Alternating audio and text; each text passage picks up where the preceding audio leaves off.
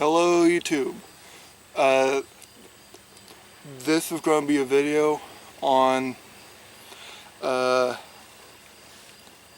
to sleep, like your bedroll, your campaigner bed. How to make it if you don't have a tent. Now disclaimer, there are going to be some non-period practices in this, but they would help a whole lot, for modern sanitary and health reasons. Nobody wants to come down with pneumonia at an event. Now, I'm going to go from top to bottom on my bed, and I'll tell you where my body goes in the sequence of the layers of my campaigner bed. At the very, very top, if you know it's going to be cold, and if you know it's going to be windy, it really does help to bring a second ground cloth, or gum blanket, some people call them. Because if you sandwich yourself, even if you don't have any wool blankets, just sandwich yourself between two gum blankets. That will actually keep you a lot warmer than if you just had one and had a wool blanket on top of you. Now, if you have two gum blankets, by all means make use of them. There's not that many accounts of soldiers carrying two, mainly because of the weight, but it definitely helps. So, as mentioned before, the top layer is a ground cloth. The second layer is a wool blanket. Now, if you have a wool blanket that is thinner than one,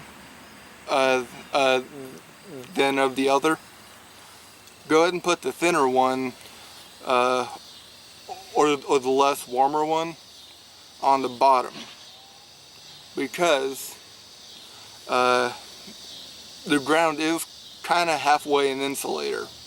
So when you take the grass, the ground, the gum blanket, and the blanket, that should be good for the bottom layer. Now, at this point, I'll put my body on top of the thinner blanket, and that's the bottom layer. Next to the top is the heavier wool blanket. This one is not really period correct. It's just, I don't know, an old army surplus blanket, but man, is it warm. And then, if it's going to be rainy or cold, you might want to bring another gum blanket to put on top. And I know this works because at Conner Prairie 2014, it got down to almost freezing. It might have got down to a little below freezing. And I had two gum blankets with me, and boy did that help.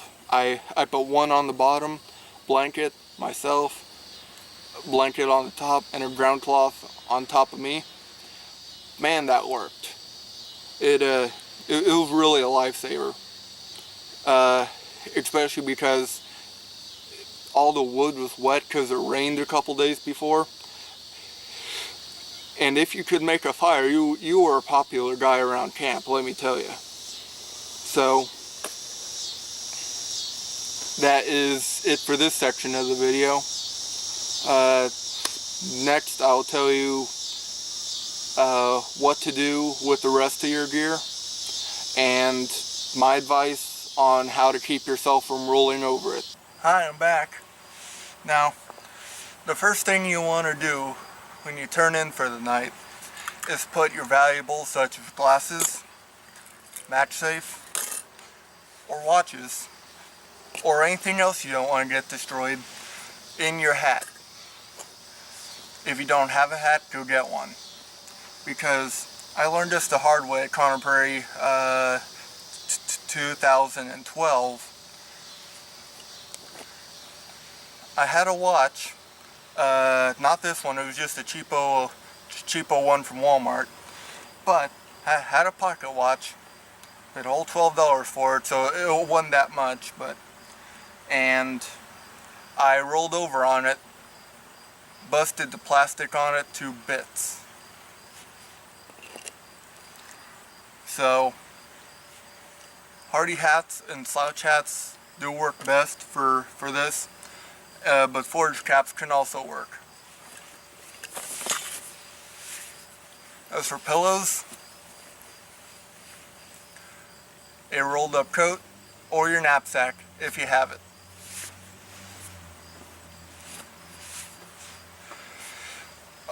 Another tip for keeping warm at night: always keep a couple pairs of extra socks with you, because as you sweat during the day, that totally soaks your feet and soaks your socks. So at night, if you keep your old wet socks on, that will literally deep freeze your feet. So if you don't have extra socks, go barefooted and just try and cover it up with a blanket.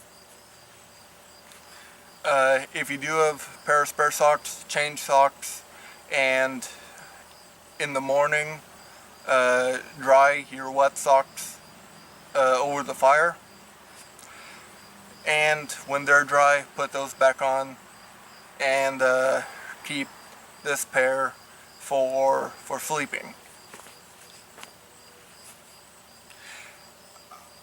I believe I covered just about everything that I wanted to cover in this video. So, it's starting to get dark out. I'll be seeing you in the morning, pard.